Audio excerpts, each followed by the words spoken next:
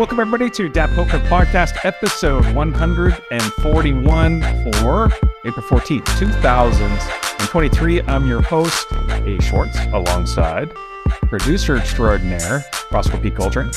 Hey there. Eric Chan in lovely Kelowna, BC.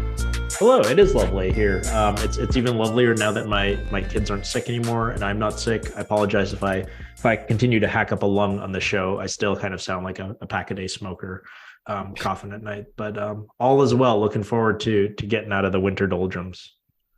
And Daniel Negreanu. Fuck, I'm tripping on everything. Daniel Negreanu in Las Vegas, home of the Las Vegas Golden Knights, who will be hosting a playoff series. I believe you called this, right, Daniel? I think you said they're going to win the Pacific. Or no, you said they're going to win the West. You said, well, here's what happened. When they lost their first three goalies and then Mark Stone, I said, aha, now they're going to crush.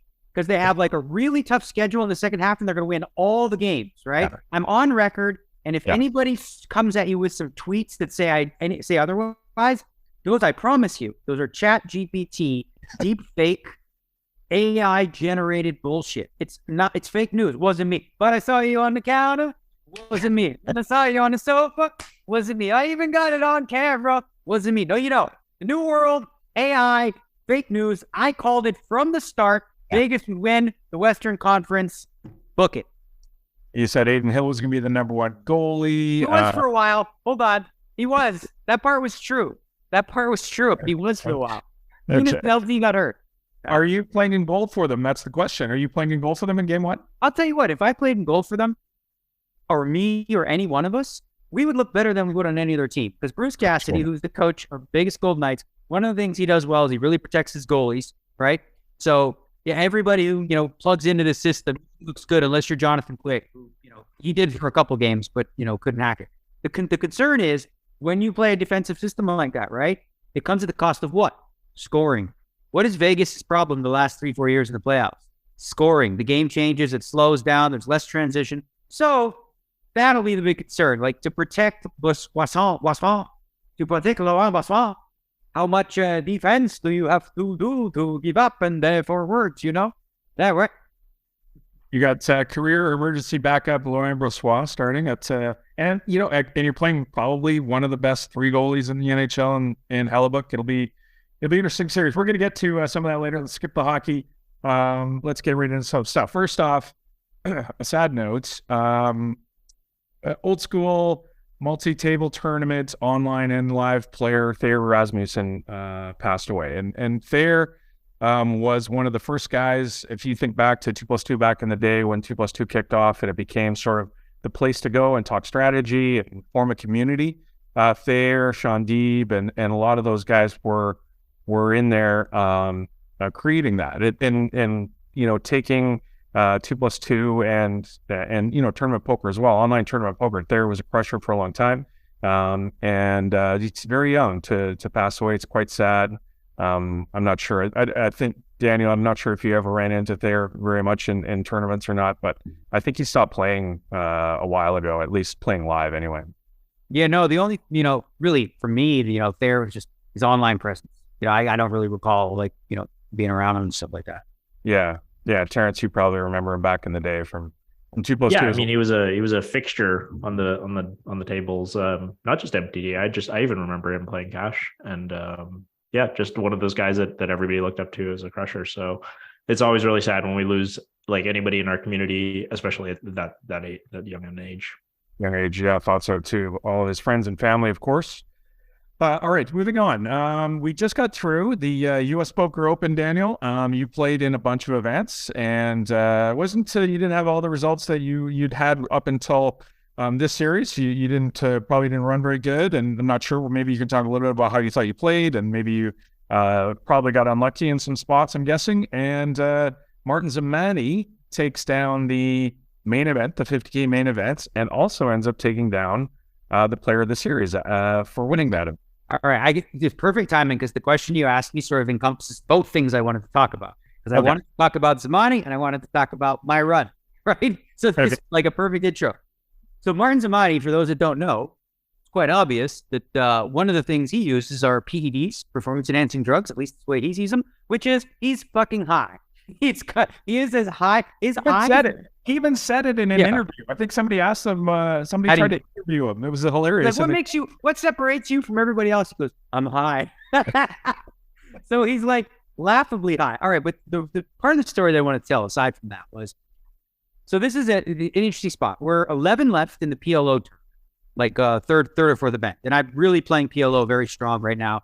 It pays 9 spots. We're 2 off the money. I've got great stack, 1.1 million, averages like 500-600. So I'm just doing great. Make a long story short, I'm in a pot with Martin Zamani, where I check call flop. He goes check. I bomb the river, and I'm bluffing. I have a bluff. I have a queen. I turn into a bluff, and he tanks for about 1:45, almost 2 minutes. He looks at me and says, "Come on, you got to give me something, bro." He's like, "What do you give me something?" I said, I said, "What do you have? Like aces and queens?" The board was ace, king, queen. So what do you have? Aces and queens? He looks at me dead away. He goes, "Historically, when you call people's hands," and he says, "Historically, when you call people's hands, that means you can't beat it. I call." I'm like, fuck. Oh, what a great read. Oh my God. Wow. He watches too much TV. Fuck. I didn't know he watched all that shit because he's right. You know, if you look historically, a lot of the videos, you know, me telling a guy, like, you must have aces or kings. The guy does, and I can't beat him. But, like, you know, you tell him. So he was dialed in, you know, and hats off. And it was really tilting for me. Did he actually have ace queen? Yes. I knew what he had. Makes it even better. The flop was like queen, 5 deuce. Turn was a king. River was an ace. And I had a 10 in my hand with a queen, and I had no hearts. And so I figured I'd represent the 10 jack, which is very reasonable to do. And, you know, whatever. But, so then, now I'm like, whatever. I lost 150K on the pot. And then he beats me in another pot. And now I'm all in. Okay. Because he's like, you could tell I was frustrated. He's like, bro, you need to smoke. Okay. He's like, you need to smoke to chill. I don't got no self-control. I've lost. Like, I have PTSD of all ins and shit. So he's like, okay, how about like during the series, you got to smoke with me once. I don't smoke. I don't do anything. He's like, what you about never smoked? Is that true? I did it like when I was 37, 38 years old. I tried a couple times, fell asleep. So he says to me, he's like, all right, well, how about like, what's a tournament that you could like smoke in and it'd be fine? I was like, I don't know, like Raz, probably, because it's just Raz. And he's like, all right, the Raz tournament, I'm going to make you smoke. I'm like, whatever. Okay. So now this is bad. I'm embarrassed. They didn't actually, I don't know why they didn't right up there. I'm thankful. Because I'll get fucking all the people. So I'm all in on the bubble with ace, king, jack 10 against ace, king, queen 10 in PLO. So that hand is just going to be a chop, right? It's like 80% to chop. No big deal. They wait, you know, flop is clean. King, 5 deuce. Turn 6.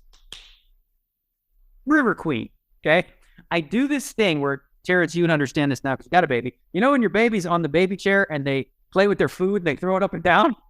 So I couldn't do that with my chips. I went, fuck, like this, right? And my chips kind of flew. And they kind of flew all over. And so I busted. But one chip rolled into the guy on my left stack, which was Michael Wang, okay? And there was a big discrepancy over whether this chip was his or not, or da-da-da-da-da-da-da. Long story short, the bubble goes another 2 hours, okay? Michael Wang squeaks into the money with a 5K chip. Oh, my God. So, anyway, and then, of course, you know, Mark looks at me and says, you know, we definitely got to smoke. So I don't know. If there's a Raz tournament on the schedule, maybe I'll just spark one up with Zamani. Wow. You're better off with edibles. You're probably better off with edibles. Are you serious? Edibles are full body buzz and they'll fuck you up, I heard. No. Nah. Anyways. The thing about edibles is you have to stick to the dose. Because the thing about edibles is you eat it, and an hour later, you're like, this is doing nothing. I'll have another one. And then that's when you get in trouble. That's what happened to me. So that's what you get. My first weed experience, because my friends Regev and Oren, Israelis, growing up in Canada, they smoke weed all the time, but I didn't smoke. They'd blow it in my face, but I never smoked. But I promised if I ever did smoke, I'd do it with them. So it was with Amanda back then, and Stapes was around, and like years ago, when I was first hanging out with Amanda before we got married. And we said, okay, we're in LA. We're going to go to Stapes' house. We're going to do it. So Stapes makes some, you know, pot brownies, or whatever they're called. So I eat one, nothing happens. I'm like, all right, I eat another one. And then I eat like 4 of them. Mm-hmm. And now Stapes is just playing a video game, and he misses a shot. And I just start laughing uncontrollably. And then the guys that are smoking on the balconies look at me and they laugh. And then I laugh more. And then I fell asleep. But that was my first experience. I passed out on the couch. That bodes well for your Raz prowess. I'm sure we'll see that. Well, that's what Jaron said. It's true. Like, I'm like, I don't know. I don't know what I'm supposed to feel, right? Because I know drinking, but I don't know what a marijuana buzz is supposed to be. So I'm like eating them, like nothing. Should I do another one? Paid for them. Oops. That's too many. I'm pretty sure that's too many. Probably. Awesome. So thoughts on the Poker Go Studio? We're picking up steam. We've had all the different. We've had Raz. We had Mix. We've had PLO. We've now back to Hold'em. It just becomes more and more the place to have the tournaments, right? Like it's cementing its position as the best place to go and play these tournaments. Not only that, not only the PGT in general, and I know we're going to get to this discussion in a little bit about, giving back to the players or paying the players and stuff like that. But like, it's important to know, like a lot of people don't even realize the PGT, the Poker Go Studio. First of all, if you show up on time, right, and you're in line, you show up on time, there's no rate. If you rebuy, there is, and that's literally how the only way that they, make money is if people rebuy. So there's no rate, right? In addition to that, for each series, there's a bonus. For the U.S. Poker Open, if you won player of the series, you got an extra $50,000. The PLO in the mixed game, you got a $25K bonus for those, right? So there's all these other bonuses. Plus, in addition to that, the top 40 guys or girls or everyone else who qualify for $1 million free roll. So there's like $1.25 million being given away to people at the studio. So it's really picked up a lot of steam, as you said. I know a lot of people were disappointed that the PLO and the mixed games weren't streamed because a lot of people would have liked and enjoyed that. And I would too. But like there's costs with that, right? And like I said, they're already shelling out a bunch of money for, giving back to players. And the issue with the mixed and the PLO is they are not usable. U.S. Poker Open, we can take that, we put it on CBS Sports, edit it down.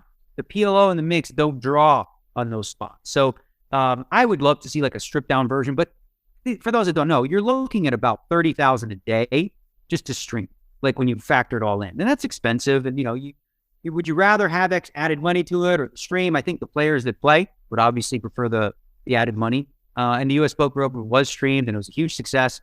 We're breaking records. The mixed game series had the most uniques, then the PLO had 200.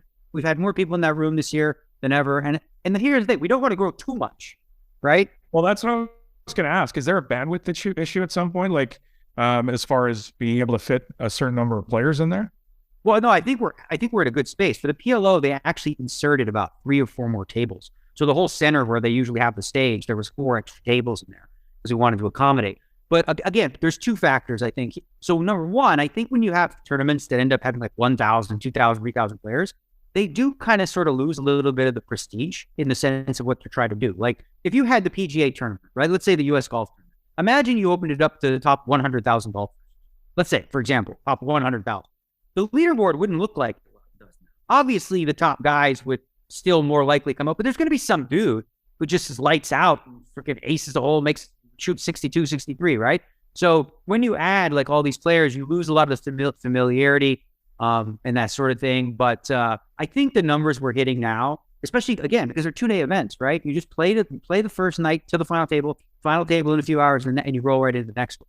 So we don't have these, it's not 5-6 day events. And if you had too many players, then they probably run a little bit too long. Scheduled before the World Series. Obviously, we're 6 weeks away from the World Series. Something like that. What's your plan, Daniel? You gonna play any more poker? Are you gonna just kind of hit the gym and get yourself in shape? What's the plan? I did tweet. I tweeted out my plan. My plan has got a few extra things in it this year, but I'm obviously doing the gym thing. I'm doing 6 days a week. I do splits. I'm walking 15,000 steps, eating 1,800 calories. I'm like 162 right now. I'll weigh in at 155 for the World Series because by the end of it, I'll be 165. I always gain like 10 pounds because during the series, I give my body what it needs. And often, there's plenty of studies that show when you don't sleep enough, you're tired, you crave sugar and stuff. So I'm going to give my body what it needs. In addition to that, I'm doing a lot of things to sort of let go of some anxiety that I've developed over being on. Like it's legit. Like I have genuine PTSD over the last few years of all this, and I want to rid myself of it. So I've been doing a few things surrounding that because I realized too, like I like to be in control. I don't know if anyone else can relate to that listening or whatever. I like to be in control of things. And when I'm in a poker hand, I can control whether I call or bluff the river. The only thing I can't control is when I'm all in with kings and the guy's in with ace-3. I can't control anything. So I sit there just saying, please, not now. And then I feel it like a pit in my stomach. And then I start to get crazy and think, am I cursed? Can I feel the cards? Am I, energetically creating the negativity, all this sort of stuff? So as a result of that, I really dialed into the idea that I want to be calm, like genuinely. Like I know I'm going to have my moments where I lose my shit. Everyone will watch it in the vlog and I'll put it in there. But I want to be more calm in these situations and handle them better. So a couple things. I'm not using my phone the first 30 minutes when I wake up and then 30 minutes before bed. I sit out in the sun. I walk on grass. I've heard a lot of like 2 different people then from 2 different, experts on this said like, you're not grounded and you need to walk in nature and walk on grass. So I literally walk in the grass and sort of just try to and the other thing I'm doing too, unfortunately for a lot of people, is I used to listen to fucking 60 podcasts a day or something on 2x speed, right? And I realized I'm just putting a lot of shit in my brain constantly. I need to clear that out. So I stopped. I'm not listening to podcasts. I listen to music when I work out now, and I'm just like relaxing a lot more. And then as far as poker goes, no play. But what I will do every day is 1 to 2 hours. I'm watching back the streams and picking up some things. And there's actually one, I'm probably going to do a video about it. It's an interesting spot. Chris Brewer against Sam Soverall. But that's what I'm saying. Like you pick up a little spot. I don't know. Should we do a hand? Because it's kind of silly. Here, let's go. I don't even remember the exact action, but it's like final table. Chris Brewer raises in the cutoff with 7-8 suited, totally standard. And Sam Soverall defends with pocket 3s, totally standard. Comes ace-9 with 2 clubs. Check. Brewer bets. He's going to bet here 100% of the time, obviously. I think he bets like 80K. It's a very small, like quarter pot. Sam calls. Turn is at 8 of clubs. So now Chris makes the 8s. There's 3 clubs. There's ace-9-8. And it goes check. River's an ace. 3 aces, 9-8, 3 clubs. Sam bets 50K, which is the minimum. That's the big blind. Okay? 1 big blind he bets. Now, what would you guys do if you were Chris Brewer? Snap call. Snap call, right? Yeah. Karen? Seems like it. Like it seems like you would have bet if you were check 2. You might have bet more than that if you were check 2, but I mean, calling seems a bit better than raising, and folding seems the worst. He elects to raise to 300K. So now I'm like, what is it? I'm trying to think, like my first thing's like, what is this raise designed to do, right? Because anytime you make a play, anytime you make a bet, you have to decide, is it a value bet or is it a bluff, right? So in this case, you're asking yourself, is he value betting, is he bluffing? And then when you think of like the ranges, right? What is Sam's range when he does this?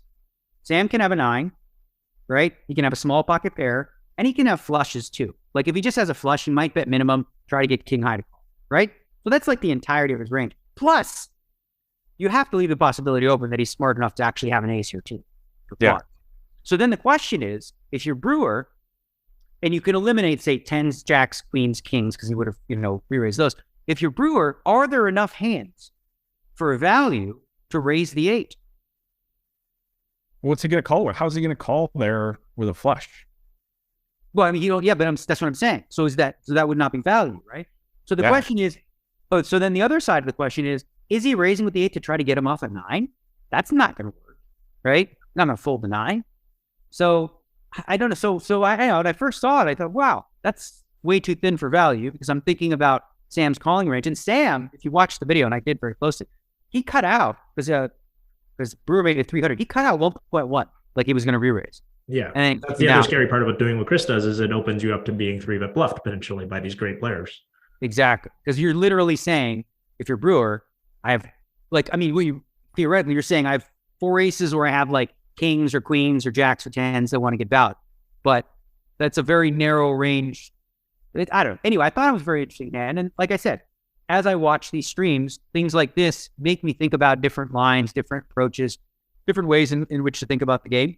And that's where I get value. And I think everybody should. Like, aside from studying with solvers, which tell you the quote unquote right answer, which isn't always the best answer, watch people play. Watch what they're doing and try to think about how humans react to situations. So I want to go back to your prep, because you talked a lot of stuff. I like a lot of the stuff, especially about the not overloading your brain with information, and obviously getting exercise and eating right. That's always good World Series prep. I want to talk about the control issue and the sweating, the all-ins. I mean, I like what you're doing from a mental standpoint. Have you ever just thought about, and this is crazy, but it's what I used to do when I played no limit hold'em tournaments all the time, is just when it matters, just don't look at the board. Like, you can actually get out of your seat and walk away, come back. The dealer doesn't know what, because the hard part is when you have kings against ace three, it's not when it's ace in the window, right? Like the ace in the window, it's like, that sucks. But it's when it comes like deuce, 4, 7, 9, ace, and then you're just sitting there. And even though it's the same fucking thing as the ace in the window, it drives you crazy. Why don't you just actually try and walking away, coming back, either the dealer's pushed you a big stack of chips or all your chips in the other guy's stack and you don't know what the fuck happened. I have thought of that, and it's a great idea. And, to further illustrate your point, like often when you're on the bubble and you're all in, you have to wait, because like you have to wait for the other table. So like, but often when we wait, like, the guy's saying, what do you have? What do you have? Right. So like now I'm waiting, and this happened to me during the US Poker Open. I'm all in on the bubble, and it's like, I see the guy's hand. I'm a 2-1 favorite. I have like queens. He has like, oh no, I had jacks and he had queen 6 suited. The guy, Brandon Wilson, the open ripped, and I called with jacks. And so now we have to wait. So now, as we're waiting, I'm thinking all the positive thoughts to put on the deck, like, all right, we got this, buddy, but trying to pretend I'm confident. But it's like the deck knows, man.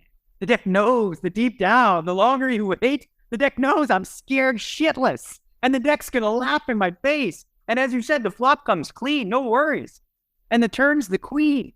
And I'm just like devastated. But you're absolutely right. Like, but here's the thing. I get your point. What I'd like to do first is try to just emotionally detach, genuinely detach from, things I can't control. Because I want it so bad.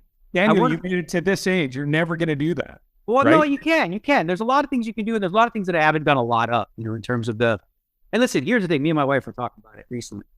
Listen, the world is mysterious, right? I'm made of molecules. You're made of molecules. Everything in between us is molecules. And how the fuck do these molecules know that this is air and you're you and I'm me? And like, I don't know, man. I don't know what crystals and rocks and all this shit can do, and meditation and all. I don't know, man. But I'll tell you what I'm wide open to. I'm open to possibility, because I don't know what I don't know, right? And at the very least, if it's placebo works too. Sure. If you believe you're doing something that's working, even if it's complete cockamamie new age bullshit, there's value in it, in just the process of, thinking about what you're doing and stuff like that. So my goal is to really be I'm always trying to be physically prepared. This year, I'm spending more time on being really mentally prepared for the 7-week grind. And watch fucking day 4 when it breaks some shit.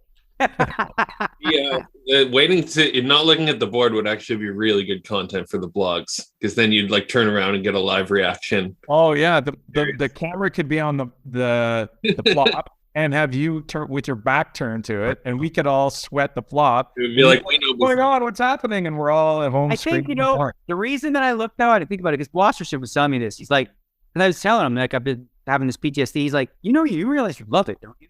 Like, what are you talking about? Yeah. Like, I'd rather just win. I hate losing. He's like, you love it. He's like, think about it. You are where you are. Like, you succeeded. You love it. You love the pain. And I'm like, I never thought of it, but I'm like, and I don't think I do, but maybe I do. Maybe that's what we are. Glutton for punishment. There's a little bit of problem gambler in all of us, right? The problem gambler loves the pain. Like, why do you sweat a river card? Like, I can't help it. Yeah. Like, if I'm all in and it's okay, what do I need? I need a 4 or 5. Okay, let's squeeze. Why do people do that? It's mental masturbation. It serves no positive purpose other than to create more anxiety in you. So if I'm doing it voluntarily, there's some reason I must like it. Sick. We are sick. Joel Brunson said it years ago. He said, we're all degenerate gamblers. We just found something we could beat. Damn right. Yeah. Sure. Yeah. This was an excellent segue talking about your weight, because the next topic on the docket is also a topic about weight and a weight loss bet. That's Josh Ariett posts a video of Sean Deeb eating chicken fingers and fries, I'm guessing, tableside. And it reminds me of the salad fingers that we all, our buddy Kelly Kellner that had the salad fingers that he was eating tableside a couple of years ago. So Sean's just wolfing down some chicken strips, and Josh decides to post the video, and Bill Perkins, who's notorious for doing weight loss bets with people, including myself, at some points, posts and says, all right, Sean, and this has been coming for a while. Let's be honest. This bet, I can't believe it hasn't happened until now, but it finally happened. And Bill says, okay, Sean, you got me 20-1, 10% body fat in 14 months. You're 50K versus my 1 million. You've been setting up to make this challenge. I know, and I'm falling for it. So they go back and forth a little bit. 10% body fat for Sean in 14 months would, I don't know, I'm not an expert, but that seems next to impossible. I wasn't 10% when I was training full time, and I was fucking shredded. Like 10% is a ridiculous number. Yeah. I got down to 138.6, totally shredded. I was not 10%. People don't understand what 10% really is. It's fucking mental. Yeah. So they go back and forth, and they end up settling on 100,000 of Sean's to $1 million for Bill Perkins. So Sean's getting 10-1 on 100,000, and he's got to get to 17% body fat after the World Series of Poker 2024. So he's got 14 months to get down. Now Sean's I think he weighed in at 308. So to get down to 17% body fat, I'm guessing is 160, 170 in that range.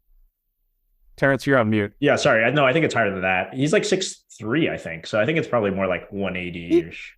I don't know. Yeah, he's too tall for like 6'3", 160 to be a reasonable. Oh, of course. Number. Yeah. But I think the issue too is it's to get to that body fat percentage, it's not simply just losing fat. Also, it's going to have add muscle. Right. Well, I mean, I don't know. Like when you're that big, like you carry around a lot of muscle anyway, just because like the stress on your bones of carrying 300 pounds around, right? Like, specifically your legs, gives right? You muscle. Like you must have really strong legs. Yeah, it's just a matter of like not losing too much. I like his side of it. I mean, I don't think he's a favorite. But I mean, getting 10-1, that's like a really healthy, if you'll forgive the pun, price. Like I would lay it more at like 3 or 4-1 personally if I was thinking about this. Another thing that was mentioned in there, he's allowed to use whatever drugs he wants, right? So he's allowed to use, I know there's a lot of like pretty miraculous weight loss drugs out there. Yeah, I don't know the names of them and all, but yeah, I know that they're showing some really good effects. He's allowed to do whatever he wants synthetically. And he only has to hit the number. He doesn't have to maintain the number for a year. Like you, Adam, you had to do like the 8-week weigh-in thing. He just has to manage to hit the number and keep it by, I think it's the 2025 World Series is when they're doing that weigh-in. So, I mean, yeah, I think he's getting a pretty good price on it. Probably he'll lose, but probably he'll, maybe add a couple of years to his life, which is kind of a win. So he jumped right into it too, right? Like I think when I started, I had 10 months to lose 80 pounds. And I just stopped. I went keto and just stopped eating carbs. And I didn't go to the gym once for 3 months, and I dropped 30 pounds. So I got a head start on it that way. And then I started just doing basically cardio and eating salad for the rest of the time. Yours is a weight loss bet, right? Like as Daniel pointed out, his is a body fat. His is like a body composition bet, which is probably a much healthier, smarter way to do it. So again, like he can't just, waste himself and starvation diet himself down. Yeah, no. Although a lot of it will obviously still be the losing fat aspect of it more than the keeping muscle. Yeah, I think the biggest. So like obviously I agree with Terrence in that like when you're getting 10-1 on something like this, it's like obviously a good price. But I agree with you that I think he's a dog, and I'm going to list a couple of reasons why I think so. First and foremost, this is a guy who never worked out, right? So like for those that do work out or are new to it, like a lot of weird injuries happen. Like you pull a shoulder, you rip something in your chest, like a lot of those things would really hold him back, in terms of what he can do there, right? So his trainer's going to have to be very, very careful with the progression of how he does things. The other big obstacle for him is you're looking at 7 weeks of the World Series of Poker. I don't see how Sean Deeb is going to be able to play the 3-4 tournament-a-day schedules that he normally does and also be in the gym at 9 a.m. and having a protein smoothie.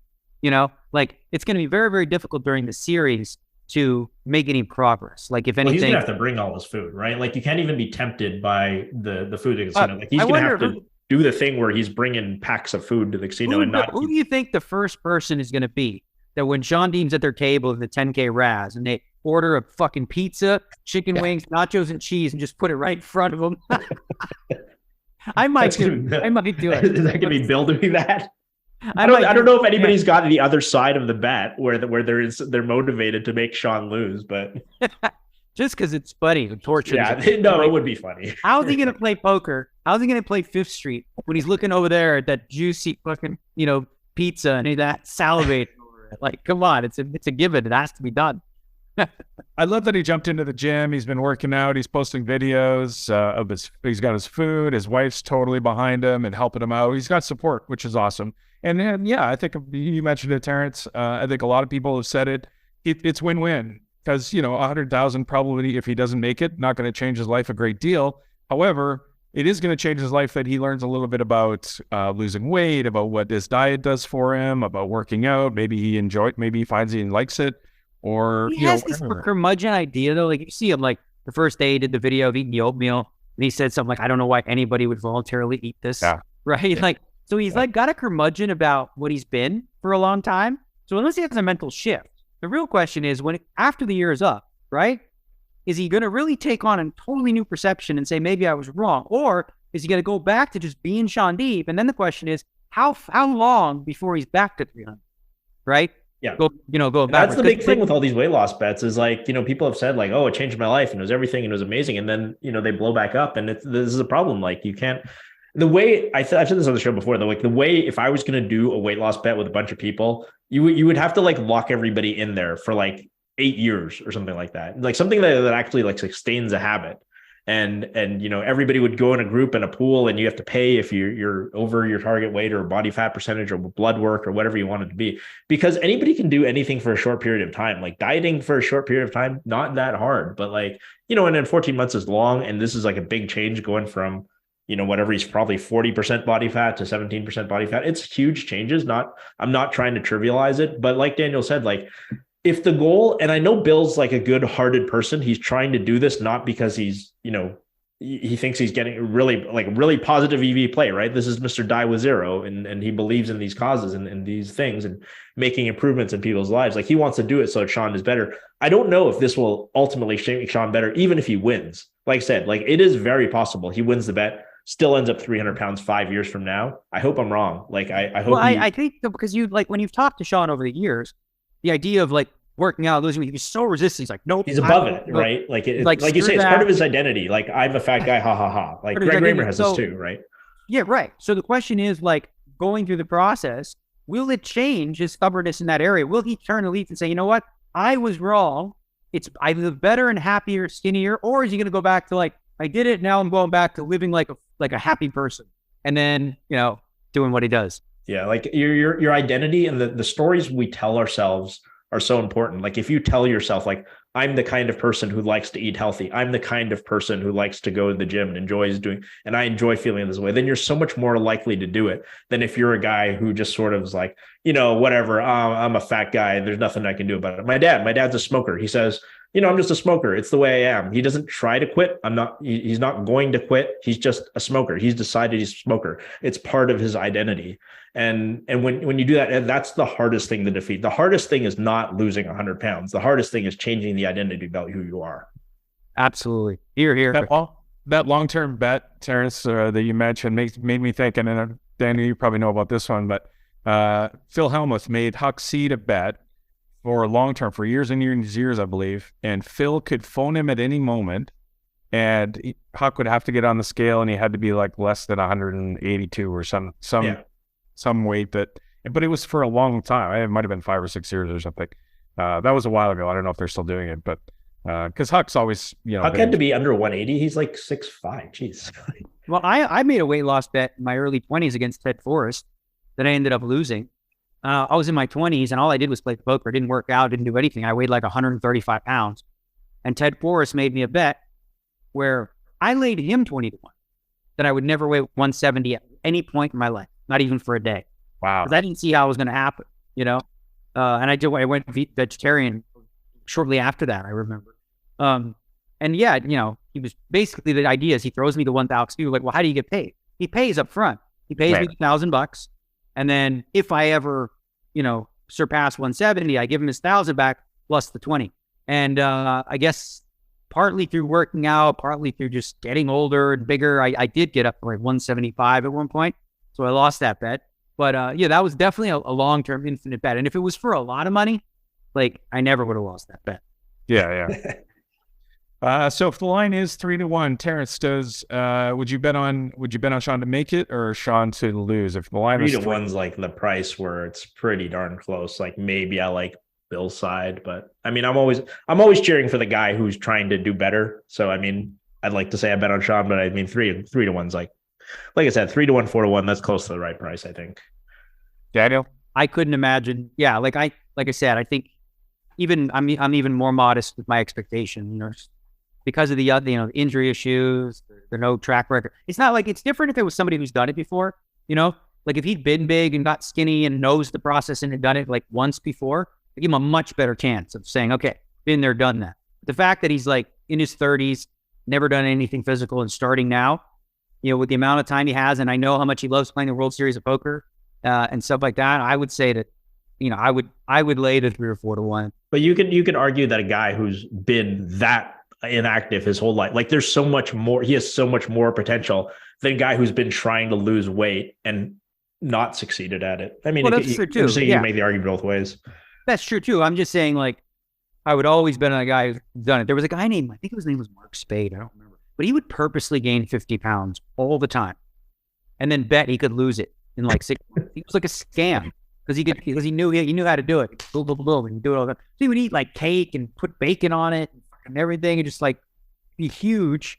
And then he'd be at the poker table and make a bet. 6 months later, he'd cash out for $50K. If Sean wins $1 million at the World Series of Poker, what does the line become? Oh yeah, that's then 10-1's probably a good price for Bill. You make a good point in terms of like where he's at financially. Like he has a really bad World Series.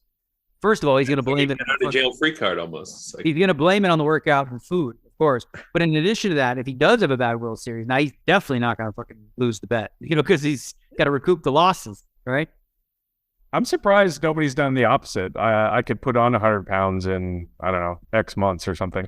Well, is there anybody out there who's just so underweight that I don't know of any poker player who's just so underweight that they really need to gain 30 pounds? There was a bet that was, I don't know, I remember it was discussed. It was Huck Seed and Howard Lederer as a team. Huck weighed, like you said, about 180, but big, and Howard was like 400, 350, 360, big guy, right? And they bet, I think they had 1 year, and the idea was they had to cross weights. So they had to weigh in a year, and Huck had to weigh more than Howard. Yeah, the Staples brothers did the same thing too, right? Exactly, right. Yeah, nice. All right, moving on. We've had a little bit of drama. There's been all kinds of drama going back and forth on poker Twitter. Matt Berkey and Nik Airball got into a pissing match, and it became a $1 million heads up match that they're playing. They're streaming some, or no, that's the problem. I will say this just quickly to interject. If you really want the dirty details on this story, there's plenty of podcasts and lots of places to find it. I don't think any one of us are like, we are dialed into this, because I don't know, and I was saying this on a radio show earlier, I don't know if it's because I'm older, I'm 48, or I think it's a combination of both, whether I'm just 48 or it's just like really juvenile in high school. I don't even think it's you. I don't think it's you getting old. I think it's just lame. Like, I have the word airball muted on Twitter so I don't have to follow this shit. Yeah. I know when we talked about it, obviously, because it's a hot topic, and Terrence is like, okay, I don't want to do this podcast. He's like, can I just plead the fifth? It's like, this is just the most childish shit. Like, I'm pretty sure it's not you getting older. I'm pretty sure you would find this childish when you're 25 too. Yeah, but I was involved in the beefs, when I'm in my earlier days and stuff. Like, some beefs are fun. This is just a really lame beef, though. It's just such a lame beef. It's just like what I sense, because like I look at it on my feed and I see something. People are so invested in this shit. Like, how many hours a day are they diving into replying and following the threads and replying and back and forth? It's like, on this issue, it just feels like such a time suck. I don't know. Yeah. Maybe we're just old men yelling at the sky or something. I don't know what's happening. All I know is Airball is taking 17 breaks a day and maybe getting coaching while he's taking a piss. Like, I have no idea. I did hear one funny story. Supposedly, like, he wasn't allowed to have his coach at the table. He wanted to have his friend. He wanted his friend at the table, right? But he couldn't. So then they said that, oh, well, on breaks, you can call him. You can FaceTime him. But instead, He went to the bathroom and he was hiding in the bathroom. Like, what the fuck? A good friend, I guess. What is he doing, man? Like, you just have to be there for moral support? Like, what is A good friend. It's a good friend. I mean, if Adam was playing for $1 million, you wouldn't find me in a fucking bathroom giving him You coaching. could just FaceTime. I just don't understand the logic behind it. It's like, oh, I want to connect with this guy, so he needs to be it's not 1952, like where you would have to secretly do stuff like that. Just use your phone, man. Come on. Yeah, no idea what's going on. It's too bad too. I listened to the Only you were mentioning other podcasts they're talking about. Obviously, Matt Berkey's podcast, the Only Friends podcast, is talking about it a lot. And I haven't listened to any of the recent shows because it's all they're talking about.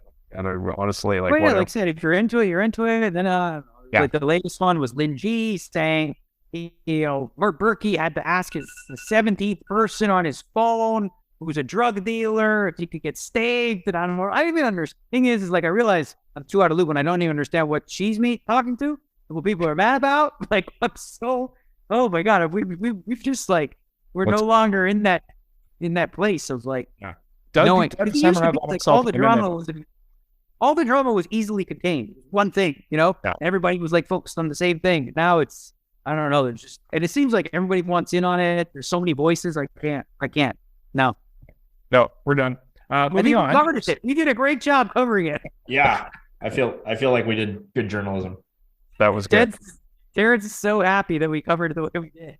What if we put a big doc where it's 3 pages? Terrence had to read it all. It's each line. And then you would have to write it. Ross, can the show title be Terrence talks at length about the Matt Berkey Nik Airball? Yeah, that should be it's your take. The header. Great lengths. Yeah. If they fight, I'll watch it. They almost did. Did you see the video of that? I did. If they no, that wasn't a fight. It was just two. That was I know. If they fight, I'll watch it. I'll watch that. All right. Yeah. Hang on. So speaking of poker Twitter, there was also some discussion, and the discussion pops up every now and then about top pros and if they should be more engaging, more interesting, more fun, make better television. Should they go out of their way?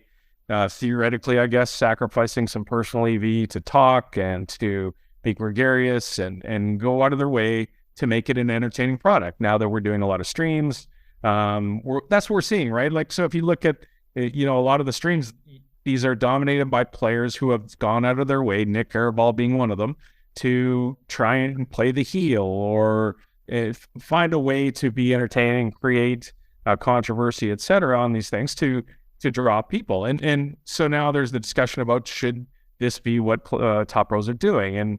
And Scott Seaver had a good tweet that I thought, and I'll just read that quickly. He said, a lot of people discussing recently if top pros should be more entertaining at the poker table. 2 thoughts. 1, pay the players. A great TV cash game goes, of course, everyone invited will provide good product because they get a seat. A tough tournament goes and a final table is televised. Why should anyone care about being entertaining? They've been given nothing for it and will receive nothing. People want a good product. It needs to be paid for. That said, too, Bobby's Room is the most entertaining table in the world, hands down. High stakes can be extremely fun and entertaining and crazy while also having the best players in the world playing. If it takes different circumstances, start playing mixed. So thoughts, guys. Terrence, first, is this something that poker players now, given the era that we're in with streaming and getting invited to these games, do you think they need to go out of their way to be more entertaining? Yeah, I think Scott's take is fantastic and it covers a lot of bases. Listen, there's a few ways that you can make money in poker in 2023. Number one is you can be one of the technically sharpest players in the world. You can be, you work on your game, you become technically sharp, you understand all the theory, you understand how to exploit people. You just play poker really fucking well. 2, you do all of those things and still play poker well, but you're an interesting enough person that you get invited to private cash games and you get invited to really juicy games and you get to play against really soft fields.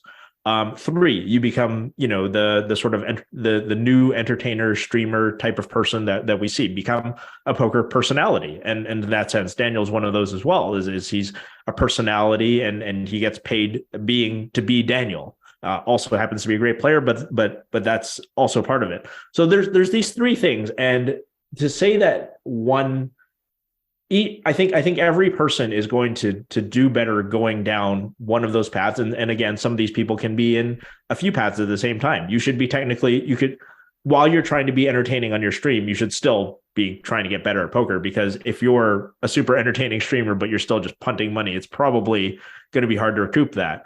At the same time, if you are, a naturally, super introverted type, and you don't tend to be quick-witted or speak really well, or you're not really good at making friends with people, you shouldn't expect to be invited to the really juicy games. You shouldn't be expected to be invited to all the streams. You shouldn't expect to have a million YouTube followers. Like, that's just not who you're going to be. So I think that there's different ways to succeed in poker. And the problem is that the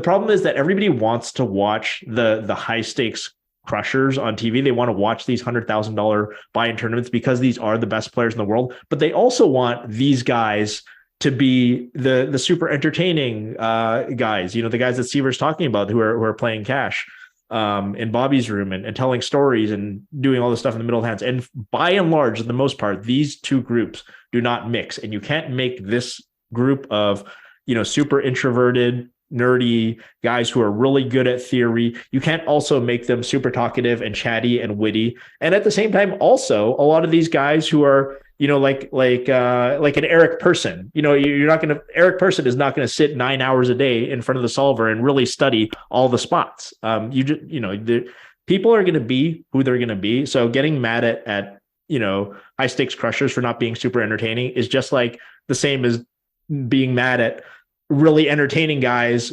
playing like, I can't believe you check called that sizing on that board. Like, it's just as ridiculous. Yeah. So I agree with, what you were saying there fully. And I want to sort of start with the beginning, because this all started with a Will Jaffe tweet, where Will Jaffe had like a picture of Chris Brewer and Justin Bonomo staring each other down and looking silly. And he was sort of mocking it and saying, like, these guys are not entertaining, boring, blah, blah, blah. And then it sort of, started down, the discussion. Terrence touched on a lot of the points I was going to make, but first of all, when people are playing high stakes tournaments, right? Their job is to just win. Like, they don't get extra for being entertaining. There's nothing in it for them to be entertaining. They don't have any responsibility to be whatsoever. Now, I did say earlier, this sort of touches on it, was that the PGT does give away a lot of money to these guys, but it's not a prerequisite for them to be able to play and, and be forced to entertain. This is just money that's added, right? And I think that's great. And I think it's sort of, it's a different world. Now, when you talk about these streams, as you did, this is about eyeballs. So all that matters is, do you bring eyeballs, right? And the issue is, a lot of pros, I think, said, like, well, if you let me play in one of these games, I will be entertained. But there's no evidence. We don't know that, right? So let's say, for example, like Dan Smith, I think, referenced it, or, Bonomo says, like, when they play high stakes tournaments, they focus really, really hard, but they're capable of being fun and good for the game. The issue is when you're making a lineup, you're like, I know you're saying that, but I don't see it. I don't have any, any idea of it. The one thing I said that I somewhat disagreed with Scott, and I think I'm like well versed to speak on this issue. I watched a video of this guy, the writer, who was complaining about other writers who do things for free and you should get paid and know your worth and all this sort of stuff. I understand the premise, but I think they're missing really big picture stuff. Okay. And I'm going to go back to my own history. When I started building a brand of my own, right? How did I do that? FullContactPoker.com. I was answering 50 to 100 emails personally every day. Why? I didn't get paid for that. Nothing. I did it to start grassroots, grow a movement. Then later on, Card Player asked me to write. I think it was like $25 an article, something like that. Obviously, I wasn't doing that for the money. And then I remember the WPT, Hollywood Home Game, asked me to co-host, with all the celebrities and stuff like that. And it was like 6 to 9 days work or something like that. It was like $250 for the whole thing, right? So obviously, that's not big time. So the question is, should I, Daniel Negreanu, bargain and say, nope, give me $5,000 or I won't do it, right? And if I do, somebody else does it. So I lose out on the opportunity, right? So I looked at it this way. WPT gets the benefit of having me do it, right? So they're using me, if you will. I understand that. But guess what? I'm using them too. I'm getting a benefit from it directly.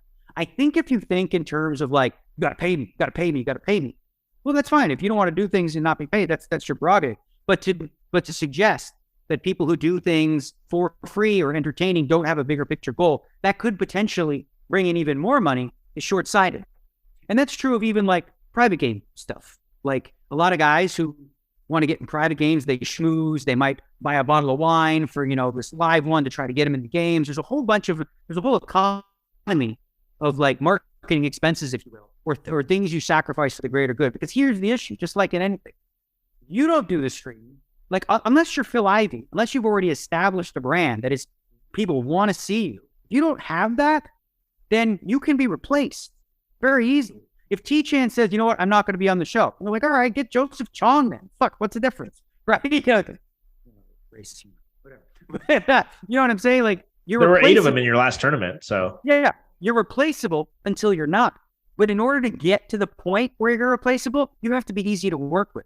You have to be willing to work with people. You have to be willing to take the worst of it in some cases so that you can have these opportunities. And that's why I think a lot of the guys who, do the streams, obviously they're lucrative or whatever, but like, there's other added benefits for those people outside of just saying like, we should all be paid. And if you don't get paid, you're screwing me. No, you build a brand to the point where you've earned that, and then maybe, you get appearance fees and things like that.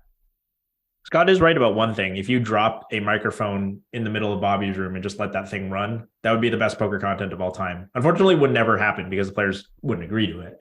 But the banter is just the best among high stakes players. And it's different. Scott points out that this is high stakes, but it's also cash. And cash always has a very different atmosphere than tournaments. Tournaments always just get so serious towards the end.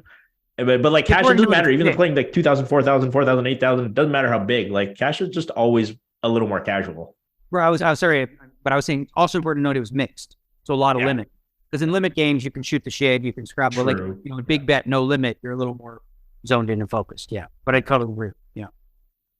All right, moving on. The recently completed Irish Open had a couple of noteworthy things happen that people were talking about. Terrence, you had a couple of notes in there in the show doc. Yeah, they had a rough time by the same. First, I don't know a lot about this event, but by understanding, it's very casual. But 2 things happened that both could have been, I think, really benefited by just the fact that there might not have been surveillance cameras in the scene. The first is Will Kassouf, which everybody knows him, 9 high like a boss, blah, blah, blah. But, he's also done a few questionable things in the past. There's an accusation. It was this British grinder named Leo Worthington Lease.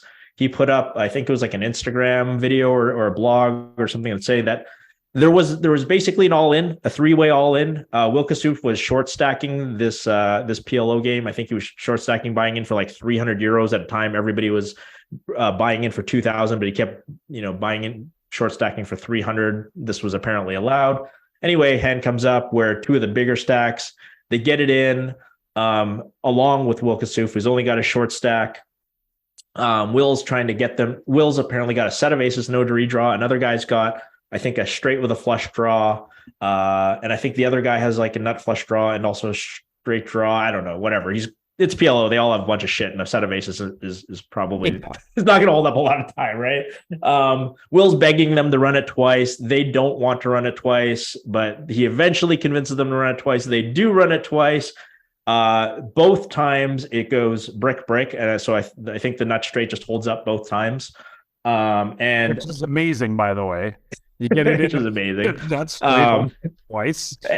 Yeah, no board pair, no flush or whatever, and so the dealer goes to put Will's chips into the pot and award the their side pots, obviously, because there's a short stack in, and Will and his chips are apparently just gone.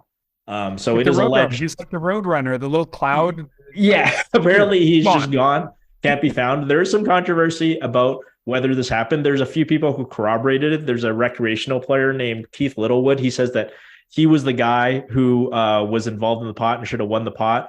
And so he was shorted the 300 euros and security looked for him. They couldn't find him. But then there was another guy who said that, no, he chatted with him afterwards. Will did not leave the casino. He claims, so Will's claiming the money went into the middle, which would be odd because the other players all recall him saying, okay, just leave it out in front of us and then deal the boards and then deal with the side pots and the main pots, which is often how you would do it in a cash game. So some controversy about that, but of course, with Will Kassouf, you have to be a little concerned based on his background. Sure, he did steal like $100 at a crap stable, and that was like right now. This one, so just because I read this story as well, and apparently there was 2 people that corroborated that after Will busted, that he went up and talked to one person. They said yes, he talked to me for a few minutes. Then he went to another table and talked to another person. So in that sense, it looks like, okay, somebody who's trying to run out of the casino would run out of the casino and not do that, right? Right. So that makes it vague. So I don't know what actually happened, and I don't think anyone knows yet. I mean, they should have cameras. I would imagine. The question, the thing is, apparently they don't. And I asked Steven, the Poker News journalist who reported on this, and he never answered me. But I guess this isn't held in like a casino that's got cameras. I mean, you would think though that like a guy standing at a table, if he literally has chips in front of him and grabs the chips, that somebody would see that clearly, that he picked up. I mean, it's 300, right? That could be 3 black chips. I mean, yeah, I guess it could be just 3 black chips on the table. Yeah. Like it could, I mean, even if it's 12 green chips, that's not very much. And I guess, when stuff like this happens, it's sort of like, it sucks. And it makes you, because like sometimes procedure is so annoying. Like dealers say, no, I got to pull in the bets and all that. And you're like, don't worry about it. We'll leave it in front. Like, because most people are saying, and do crazy shit. But in this case, obviously, if the dealer had brought in all the chips to clear the bet and made the pot right, that this wouldn't have happened or couldn't have happened, or maybe didn't happen. I don't know. Again, allegedly. Like you said, we can't be sure, but right. But it does suck because like I hate it. Like, when we're playing the World Series, me against you, and if we're playing a stud 8 pot, leave the bets in front. Don't worry. I clearly have the high, you clearly have the low. We'll handle it ourselves, kind of thing. But like, obviously, when stuff like that happens, and there's a discrepancy, then the dealer feels like they're not doing their job. I just don't like the game being overly policed. But especially like there's a good example is like a PLO hand, PLO 8 hand, where there's 4 people all in for different amounts, right? Like, just leave the chips in front. Because if you do all the side pots and all this, like, it might not matter at all. So, like, say if the big stack, right? He just scoops the pot, then you don't have to do any side pots. So you save us like 5 minutes of count. But again, obviously, from a procedural perspective, the benefit of doing this is that nobody can just pick up their chips and leave, which should literally never happen. So it's hopefully that doesn't start getting enforced like aggressively just because of Will Kassouf, because that'll be the most annoying thing he's ever done. And that's saying a lot. That's saying something. Yeah. The other controversy I think is a little sadder. It was brought up by someone named Louise Francoeur, who's a female poker player, and she brought up a negative experience that she played. The story goes that she was having a conversation with the dealer. Again, like I said, it's the Irish Poker Open, it's a cash game. People sometimes chat with the dealers. Technically, dealers aren't supposed to be chatty. We all know that. Dealers are supposed to run the game and be robots and none of that, but we know this is not really the reality. So apparently, what happens in this hand is on the river, the player on Louise's right slaps his hand down, and he does it on Louise's thigh. And the dealer interprets this as a check. And then the hands check around. Everybody shows that there are 2 more players check behind and opens card. The person who slapped Louise's thigh says, "I didn't check." And then after the other 2 people check, and then starts the dealer, of course, correctly, you had your chance to correct this. You didn't have to wait for the other 2 people to check behind. Says it's a check. The card's turned over. It stands as a check. This guy loses it, starts yelling at Louise, saying, "Why would I check? I had the nuts. I'm first to act, and fuck you." And he calls her a bunch of names. The floor is called over, as you would hope at this point. I believe it's a woman floor who's actually called over first, and she comes over, talks to Louise, gets her side of the story. She kicks him out of the tournament. Later on, they have a meeting, apparently behind the scenes, and this man is later. This is actually a tournament. This later is actually spotted at a different table.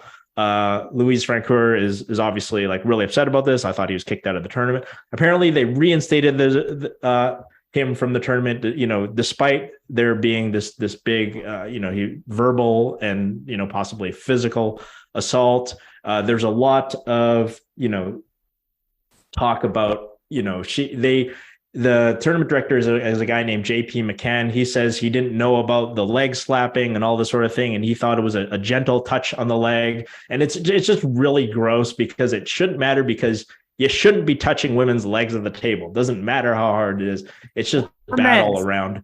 Or men's legs. Don't touch anybody's legs at the table. Like, don't even touch your own legs if you don't have to, ideally. If you want to read about this, it's really good. It's been retweeted by Kara Scott. That's probably the easiest place and the highest profile place that you'll find about it. This tournament director, JP McCann, he has said that he was going to put out a press release, which is a bit odd myself. You don't have to put out a press release. You just say what you want. The guy's got a Twitter account. That was 15 hours ago. He still hasn't tweeted about this, but really bad look for the Irish Open on this one. Bad look for JP McCann to not do something, and it's just bad. Like it's already hard enough to beat women in poker. We don't need people defending dudes slapping women's legs at the table. It's just well, I won't do that. Everything about it is awful, horrendous, and I mean, I don't know what else to say. It's just fucking terrible. Like, that should never happen.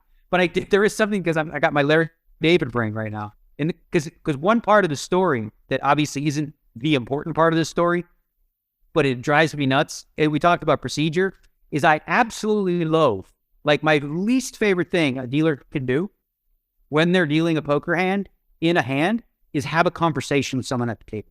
Yeah. Absolute no thank you. Please. Like, two people are in a pot, you're betting the turn, or you're calling, and this guy's talking about whatever. I don't know, being friendly, being nice. It's like the players can sort of do that because they're the customer, right? And you can even have them shush. Like, Dan Smith often, by the way, when he's thinking, he goes, guys, because like we all chat, he'll say, guys, can you keep down? We always do for him, right? Mm-hmm. But when dealers initiate the conversations or having the conversations like during hands, it's a major pet peeve of mine. Like, in between, sure, say, oh, I like that, we'll talk about. But once the hand starts and you're actually dealing, you have to be professional. First of all, you should be focused on the action, right? And if you're having a side conversation with somebody at the table, when there's action, you're not fully focused on what's happening. And again, it can be distracting. And when it's other players doing it, they're actually in the game. As the dealer, you shouldn't be the one, you shouldn't be the loudest one at the table. You should that feels like, I feel bad even saying that, because obviously the bigger issue is what it is. And I also feel bad about it because I think it can come off to some as like somewhat elitist, like, oh, the peons must just deal the cards and serve us while we play. Like, right. It's not why. Okay? I promise you, that's not why.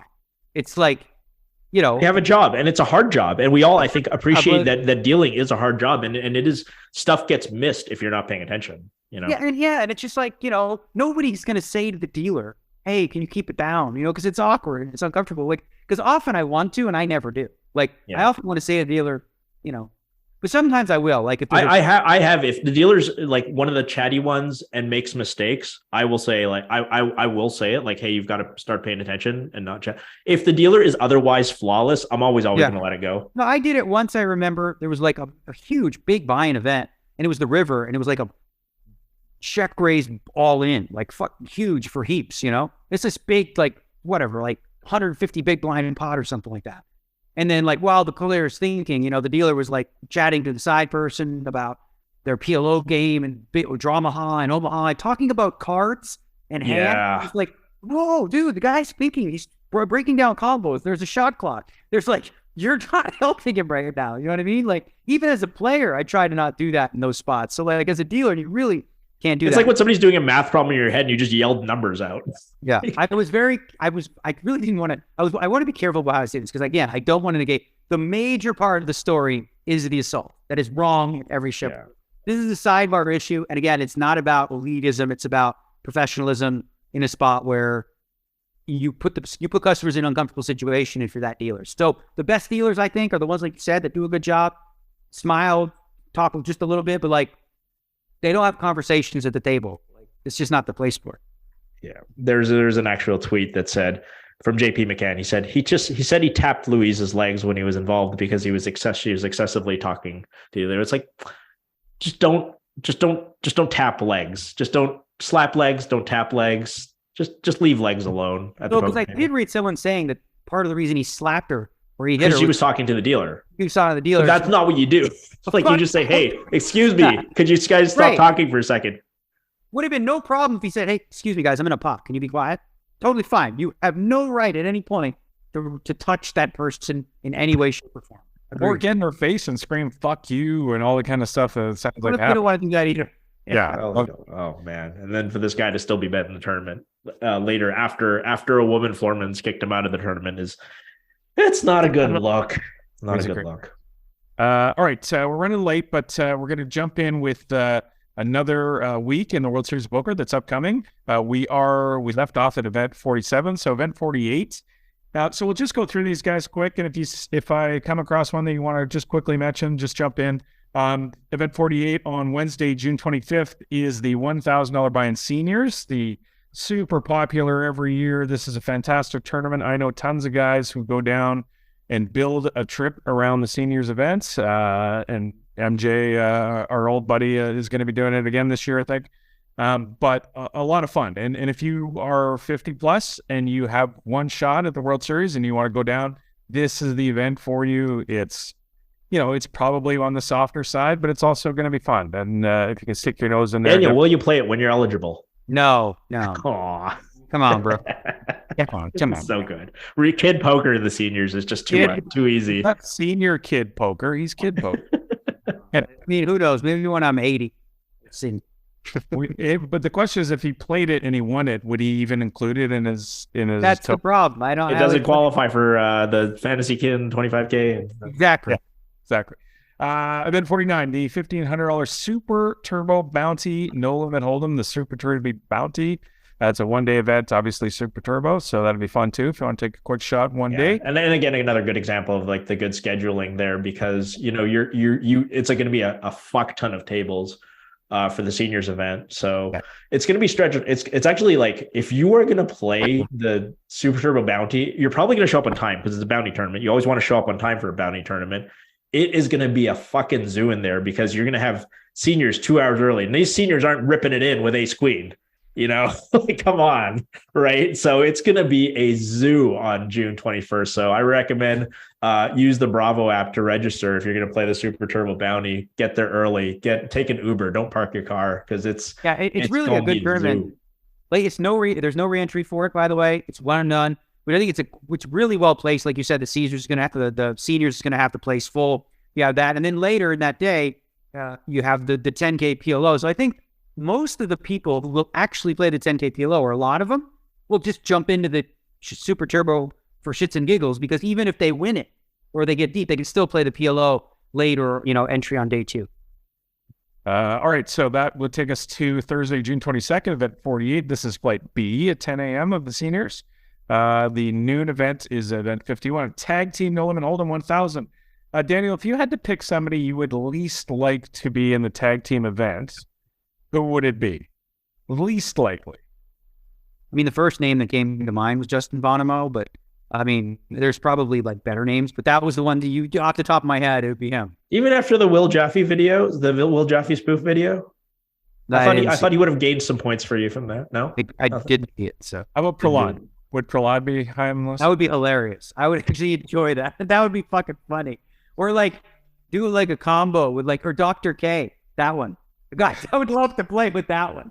That would be fun. I would just talk stuff all day. Oh man, Terrence, you're a nemesis. I don't think you really have a nemesis. I don't have a nemesis. I like everybody.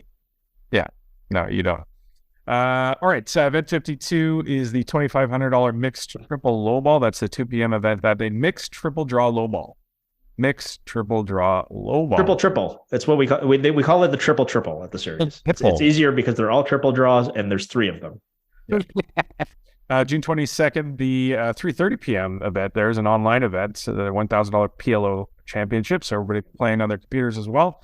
Friday. Remember though, for the PLO players, the software is absolute dog shit. So you cannot play on a phone or a tablet. You must actually have a laptop with you.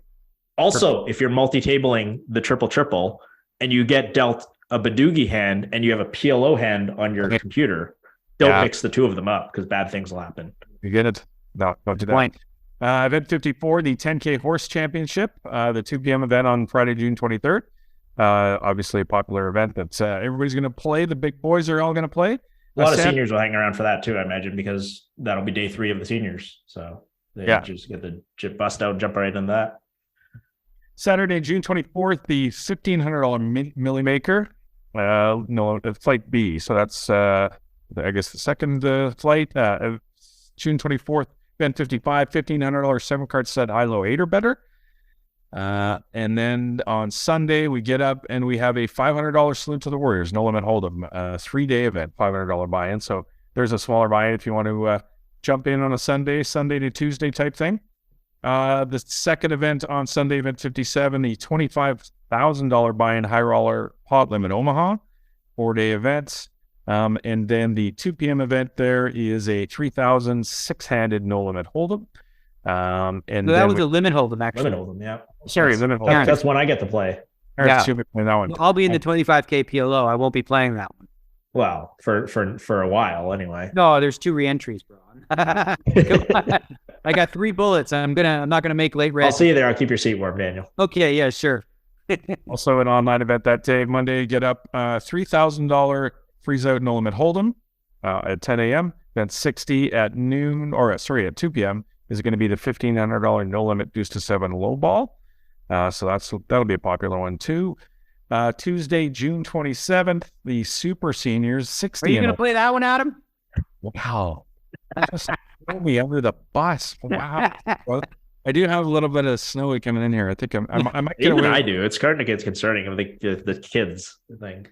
It's a fake ID maybe to play that one. Event 62 at $1,500 mixed no limit hold'em Paul in Omaha. That's going to go at noon on Tuesday, June 27th.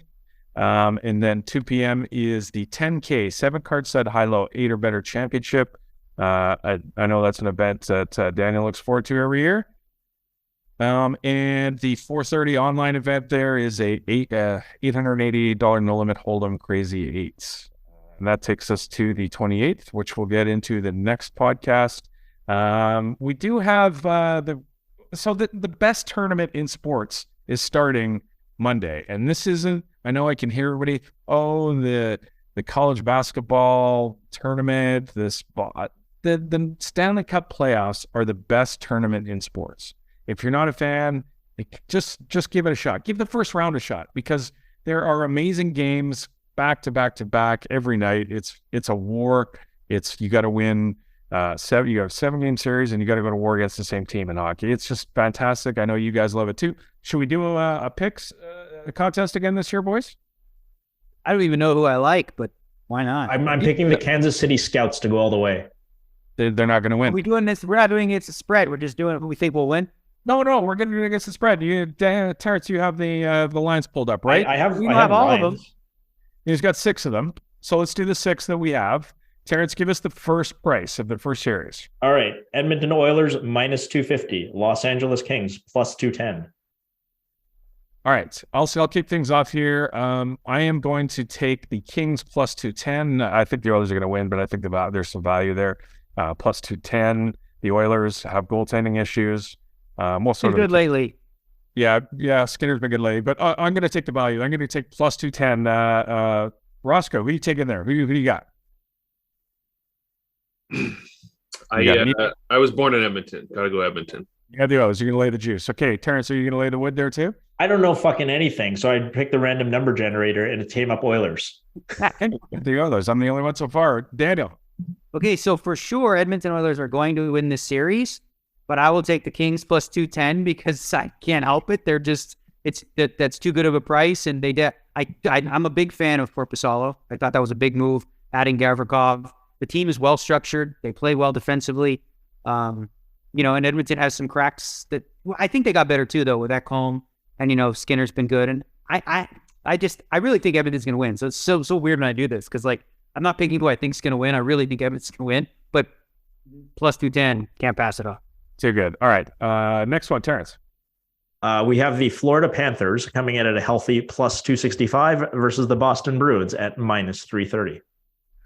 I'll go first. I can't believe I'm going to do this, but Florida is not a good hockey team. I am going to take and lay the wood and take the Bruins, even though I think the Bruins are kind of overrated. I know everybody loves them. They're whatever. They're a good team. I'm not saying they're not. I just I'm just saying that Florida's terrible. So I'm going to take the Bruins. Lay the wood there. Raskin. Bruins. Bruins, okay. Yeah, so for me, my in-depth analysis is that I think this is the most compelling first-round matchup because of the 6 matchups that have a price available. These are actually the only 2 violent animals that could that are scheduled to meet in the first round. The other matchups aren't at all interesting. Like Leafs against Lightning, like that's not an interesting matchup. Like how is Lightning that? always wins that. It burns the Leafs. Devils against Rangers, like Rangers are just people, and Devils aren't even real. Well, they're supernatural. I mean, so Panthers and Bruins is definitely the most interesting first round matchup, but a Bear could definitely beat a Panther. Therefore, you have to lay the minus 330. I think a Bear beats a Panther more than 3.3 out of 4.3 times. That's obviously the right side. You said it's minus 330, and what's the other side? Plus 265 the other way. Yeah, I just hate laying big prices, but like you said, I think like Florida, just meh, whatever, and Boston's really good. And think about Boston, like historically, the President's Trophy winners don't do well in the playoffs. They just have not done well at all. But Boston's built different. Boston is built for the playoffs. They're a playoff team that just happened to do really, really well for season 2. And they got too many tools. They're good everywhere. I'll take the Bruins minus 330. All right, we all took Boston. Florida's going to win for sure. Yep.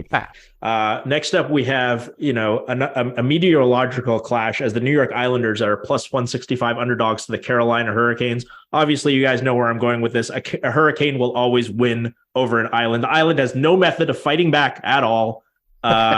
Hurricanes minus 195. Again, I'm laying the odds. Okay, you're taking. I'll jump in here. I think the Islanders are kind of a playoff team too. They've got the best goalie in the series, I'd say. And I don't think I think Carolina's been overrated. I'm going to take it, the Islanders and the plus juice there. Roscoe. Dave Tuckman. You got the Isles. Okay. And Daniel. So far, this is the one I like the absolute most. And this is someone who has Sebastian Aho on their fantasy team, so it's like really roots for Carolina, but they're missing some key pieces, obviously, at forward. And I think the Islanders, like you said, the Islanders are the team that, like, it's tough for them to get in the playoffs the way they play. It's just really hard for them to get in. But when they do, nobody wants to play the Islanders. Nobody does. Even if you win, it's going to be a brutal 7-game series. So plus 165. That one I may actually bet real money on. I like the Islanders in that series, plus 165. It's going to be low scoring as fuck. Every game will be 2-1, 3-1. Like both teams just going to lock us down. Terrence is on an island there. Well, I'd also like to bet that series will be eons, like more boring than every other series. Oh, yeah. By far the most boring series and sorry, Tuckman, but it's true. It's boring, but good luck. I hope you win. Next one, Terrence. All right, we got a classic matchup. One of the great historical matchups. We got the Rangers at even money against the New Jersey Devils at minus 120. I already know where Terrence is going here. Devils are his favorite team, so I'm just penciling you in. Well, I mean, the Devil. I don't even know who's on the current Devils. The Devils of like my childhood was my favorite team. Just watching Stefan Richer and Scott Stevens and Scott Niedermayer and Peter Sikora and John McLean and Martin Brodeur and those guys. I don't know who the fuck's on the team now. I know there's a Hughes on there and he's pretty good. Luke's playing now too. Yeah, they got 2. Oh, they got 2 Hughes. Oh, the fucking Devils. Okay, I'll take the Devils. I'm going to take favorites again, obviously. Sorry, what was the line again? Minus 120 versus even. Okay. Devils are a small favorite. I'm also going to take the Devils. Roscoe? I'll go Devils too. Okay, so Devils for me is like my favorite team the way that it's been built. In my fantasy team, I have Jack Hughes, I had Nico Hischier, Jesper Boquist, I had like a whole barrage of them, right? But here's the thing. This team is going to be a juggernaut, right? They are way ahead of schedule with the year that they had this year. And I think that they're going to go through the growing pains and they're going to see that playoff hockey is a little bit different. And I think ultimately the difference is going to be Shesterkin, who is a goalie for the Rangers. Also, the Rangers are on the upswing for they made the playoffs last year. So they're like a little more further along in their rebuild. I think they'll be a little more battle tested. So at even money, I'm going to go against the Devils here and I'm going to go with the Rangers, who I think are a little more solid defensively, have a much better goalie. And then, you could argue, obviously, at forward, they're pretty close. So, yeah, I go with the Rangers here. I think Rangers have the best D in the league, right? If not, they're right there. Their D core is fantastic. So, yeah, I can see. It's a close one. Toss up. It'll be an interesting series. That's the series I'm actually looking forward to watching. Has to be fun. Terrence? Okay, we have next the dynasty of the 2020s, the Tampa Bay Lightning, as a plus 135 underdog to the, and Americans listen carefully to the pronunciation here, Toronto Maple Leafs. Toronto Maple Leafs. You don't say the second T, guys. At minus 160. So, and you also spell leaves with a VES for some reason. That's right. You properly pluralize those leaves. Sorry, plus one what? Toronto is minus 160, Tampa plus 135. For the record, it's a place called Ottawa. I have no idea how that line was made, but I'm taking the Tampa Bay Lightning. The two-time defending champions are going to dispatch again the Toronto Maple Leafs. Roscoe, who you got here? Yeah, got to bet against the Leafs in the first round. You got the name? All right, Daniel, will your Toronto homerism, your old school Toronto homerism come through here? Here's the deal. I do believe this is going to be the year the Toronto. I really do believe this is going to be the year that Toronto gets past the first round. Tampa has been slipping. They're not as solid defensively. However, you can never bet against the Tampa Bay Lightning in the playoffs. They give zero fucks about the regular season. What you see in the regular season is like, hey, we're in the playoffs. We don't care anymore. They've been destined to play Toronto for the last 4 months, right? So I do think Toronto, I really do think that they're gonna eke this one out, but no way in hell am I laying 160. No chance. I'd rather take the plus 135, so I'll take Tampa plus 135. All right. The last of our 6 confirmed NHL round 1 matchups. It is the team that Daniel never stopped believing in, the Las Vegas Golden Knights, and minus 165 favorites over the formerly riding high and barely squeaking into the playoffs Winnipeg Jets, coming back at plus 140. Terrence, who do you got? Random number generator says the Jets. I also have the Jets. I think they're built and get the value there for me. I can't believe that they're that big of a dog. Roscoe, who you got? I was going to say Jets if both of you guys didn't, but yeah, I'll go Jets. I don't have enough underdogs. Daniel, we can't have you voting. You're not going to bet against your team, so we're. Well, that's not true. I'll do whatever I think is right in this spot, but I actually disagree with you guys on this one in terms of I'm surprised when you said minus 165. I was surprised. I thought it was going to be bigger than that. You look at what the Jets have done in the last few months. They've really sort of been in a tailspin, showing the lack of motivation. They have one thing going for them, which is one of the best goalies in the league, in Connor Hellebuyck. But he's been worked really hard. He said 62 starts or something like that, which is a lot. I think the Vegas is much better on defense. I think they're deeper at forward. Although you'd say the top 6 is, kind of a wash. Maybe Winnipeg's even better with O'Connor and Scheifele. I don't know. But I think it'll be a 6 or 7 game series. I don't think it'll be an easy one. But I do think that despite Laurent Boston being in net, that Vegas gets by Winnipeg. So I'll take Vegas. All right. Maybe somebody out there can pop into the comments there, Roscoe, if you can, and list off the teams we picked and see how we do at the end. I wrote them all down here. How do we score though? Should we do because we did it? We get 100 on each. We bet 100 on each series, and we get a dollar value. Who has the most money at the end of it? So, and then everybody pays the winner how much they won. Gambling? Are we gambling on this? I picked shit out of thin air. I'll gamble. Sure, why not? We said it at the beginning. We're just degenerate gamblers. Okay. I don't even know. I can't name 3 players on a single hockey team that's not the Canucks. So you pay everybody ahead of you then, right? You pay everybody above you. That's how it works? Yeah. So if you finish 4th, you pay however much you lost to the 3rd place by. Otherwise, it's weird. Or we could just do a $100 bet, and whoever has the most money, based on $100 bets on all the series. Let's do that. Yeah, okay. So our exposure is 100. So whoever wins, the other 3 pay. We'll go from there. All right? All good? Oh, what about the last 2 series? Should we just pick winners? I guess we should confirm this. Otherwise, we end up in a Nacho Barberos situation. I confirm. I accept. Oh, you know what we should do with the other ones? This is fun. Chinese auction. Let's go. We'll be quick. You know how to do a Chinese auction? Yeah. Okay. So what do we got? We got Colorado versus Seattle? Yeah, Colorado, Seattle, right? So basically, here's how it's going to work, right? We'll go in order. Me, then Ross, then Adam, then Terrence. Once I say a number that you like the dog, say stop, and then the other two get to choose. Oh, I'm still getting fucked out of this. I don't know what the price is supposed to be. Whatever. You go with whoever else likes it. Okay, I'll take Colorado minus 160. Who's next? I choose that side or the other side. But you have to say higher than 160, or you have to take the under, or you have to take Seattle plus 160. And that'll be the line for the other two? Yeah, it's dead. No, it's the line for this series. Okay. I would go with Colorado. No, but you got to pick a number higher than 160. 170. He takes Colorado minus 170. Okay, minus 170. We'll go in even. All right, Adam. Colorado minus 210. Okay, Terrence. I don't know if I can take Seattle, I guess. Okay, so the line is 210. Adam has Colorado. Terrence has Seattle. I will go with Colorado minus 210, and it's up to you, Ross. Okay. Didn't I already say Colorado, or do I have to pick a different number? Well, no, now you can choose at minus 210. Do you want Colorado minus 210, or do you want Seattle plus 210? I will take... Oh, it's tricky. I'll go Seattle. Okay, Seattle. So we got 2 on Colorado, 2 on Seattle. Okay. And the other matchup was Dallas. Dallas who? Dallas, Minnesota.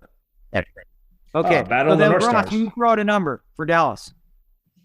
Dallas versus who? Minnesota at home. Pick a number. And then we'll go Adam. Dallas minus 150. Okay, Dallas 150. Dallas Fuck, I don't know. Are they supposed to be better? I don't even fucking know. Dallas is the home. Dallas is the favorite. What number did he give? Adam. 150? I'll go Dallas minus 180. Wow. Is it me? Is it on me? Yep. Okay, I'll take the dog again. Check. 80. 180 is a lot. I think Dallas. I'm going to go with Minnesota plus 180. Okay. Ross? We No. should have done this Chinese auction for all the series. Yeah. What do you Oh want my on God. Ross? No, thank you. Dallas. Yeehaw. Okay, so he's on Dallas. I'm All not right. throwing away money that much. We got our picks in. All right, guys. Thanks for getting together. Fun show. All right. Thanks out there for listening, and we will talk to you soon. Bye-bye. Should have done Chinese auction the whole time. No, I mean, you get fucked in this. I don't know what the price is. Probably fucking Colorado's probably going to be 3-1 favorite. Well, though, you could look at the actual prices of the other 6 series, right? And then That's true. Yeah. you just Right. would have relied on 2 of them. Yeah. Yeah. All right. Yeah. See you soon. All right. Hey, boys.